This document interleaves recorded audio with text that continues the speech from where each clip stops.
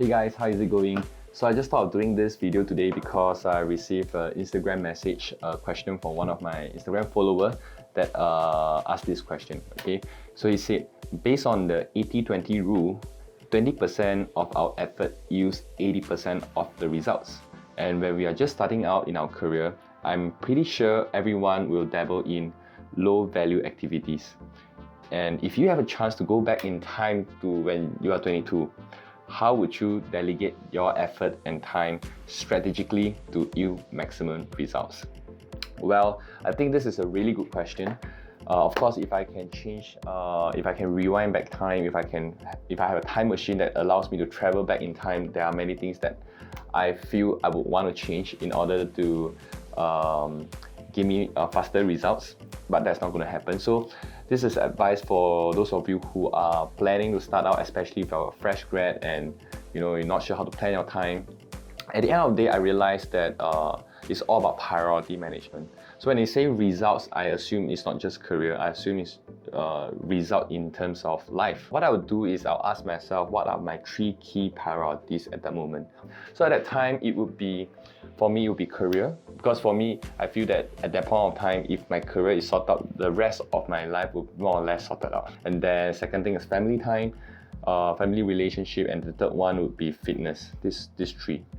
That is important to me. So once you have the 3 priorities sorted out, the next question you got to ask yourself is, which are the key activities that would directly produce results for you? Like for example, when it comes to career, what is that key activity that you need to master, that you cannot escape from it, that you need to focus on, that yields you 80% of the results? For me, in order to know in order to know what are some of the low value activities that you shouldn't dabble with, you need to know what are low value activities first. Number 1, activities that doesn't directly generate you income. For example, going for case study session or case preparation or paperwork, or watching training videos, talking to your colleagues. These are not activities that's going to generate you income, right? What generates you income for me at the time was to meet prospects, to meet customers. So activities like that generate me direct income. So if you ask me how I would prioritize my time, number 1, I will ensure that during prospecting hours, which means hours that I can meet customers, I will not do any of those non-income generating activities. So during prospecting hours, it's usually between 9 a.m. to 8 p.m. These are the hours where you can meet customers. People are willing to meet you at these hours. And you can do your paperwork, you can do your training, you can do your case studies, you can do all these non-income produced activities after working hours. So that's number 1. Number 2 is that I will delegate more.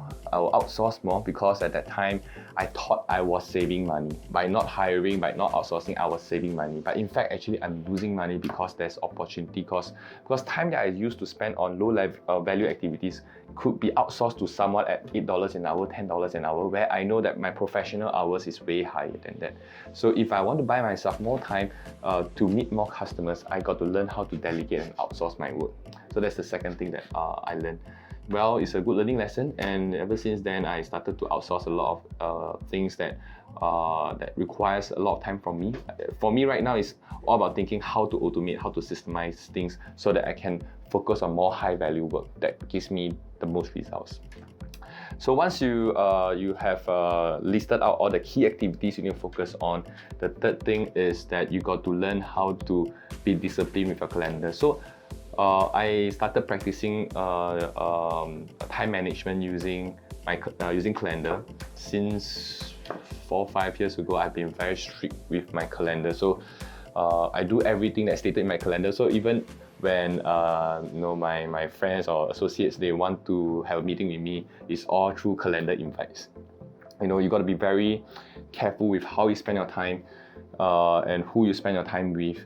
And in order to have a way to track it is through your calendar. So by looking at your calendar itself, if you are honest with it, we will know how productive you are. You will know for yourself have you been blocking time for the 3 areas that you want to focus on. Like for example, career, have you been blocking out the time to meet customer? Have you been blocking time to spend time with family? Have you been blocking time for your fitness? Alright, so I just thought of giving you short 3 tips, things that I will do it differently when I'm first starting out to yield me better results. Things that I'm currently doing right now. I will want to do when I was, when I just started out. Yeah. So I hope this sharing helps, and if you learn something from this video, just comment below. Share me things that you want to know more about, and type down your questions below, and you never know, I may answer your question next. Alright, so I look forward to see you in the next video. Cheers.